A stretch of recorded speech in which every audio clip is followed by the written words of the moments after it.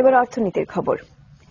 দেশব্যাপী যখন বিদ্যুতের অভাবে সেচ কাজ ব্যাহত হচ্ছে, ঠিক সে সময় নওগাঁর সাপাহার উপজেলার কৃষকরা সৌর বিদ্যুতের সাহায্যে চালাচ্ছেন সেচ। ইতিমধ্যে এই সেচ কার্যক্রম এলাকায় বেশ জনপ্রিয় হয়ে উঠেছে।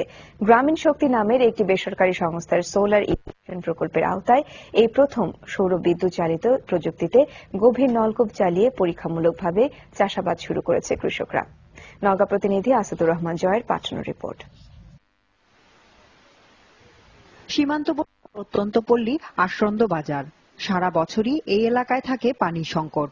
ফলে বর্ষা মৌসুমের পর শুধুমাত্র রোপা আমন চাষ করতে পারে এই অঞ্চলের কৃষকরা। সমস্যা সমাধানে গ্রামীণ শক্তি এখানে প্রথমবারের মতো সৌর বিদ্যুৎ ব্যবহার করে গভীর নলকূপ চালিয়ে শুরু করেছে চাষাবাদ। এতে বিঘা প্রতি কৃষকদের খরচ হবে ১৫০০ টাকা। আর এ প্রকল্পের আওতায় সারা বছর প্রায় ২০০ বিঘা জমিতে সেচ দিতে পারবেন তারা। খরা মোকাবেলায় এ প্রযুক্তি ব্যবহার করতে খুশি কৃষকরা। এখানে কোনো লোডশেডিং নাই, যার ফলে নিয়মিত বিদ্যুৎ পায় এবং কৃষকদের শ্রমের এখানে লস হয় না। পানির ব্যবস্থা আমাদের ছিল না, কোনো ফসল উৎপাদন হতো না। এই সৌর বিদ্যুৎ চালিত হয়ে আমাদের একটা উপকার হয়েছে। সকালে হলাই আবার সারাদিনই চলে, আমাদের পানির কোনো অসুবিধা হয় না।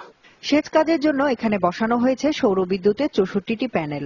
প্রতিটি প্যানেল থেকে উৎপন্ন হবে ১৭৫ ওয়াট বিদ্যুৎ। উৎপাদিত বিদ্যুৎ শুধুমাত্র সেচ কাজে ব্যবহারের জন্য এই প্রকল্প চালু করা হয়েছে বলে জানান গ্রামীণ শক্তি কর্তৃপক্ষ।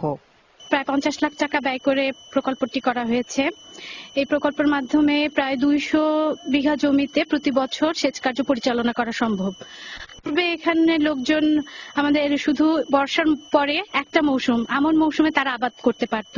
এখন বছরে প্রতিটা সিজনে ইরি, বোরো সহ তারা শাকসবজি এবং অনেক কিছুই আবাদ করতে পারবে। আগামী সেচ মৌসুমে আরো ১০টি সৌর বিদ্যুৎ প্রকল্প চালুর পরিকল্পনা রয়েছে গ্রামীণ শক্তির। এতে সেচ প্রকল্পে বিদ্যুৎ সরবরাহ নিশ্চিত করার পাশাপাশি অবসান হবে সেচ নিয়ে কৃষকদের দুশ্চিন্তার।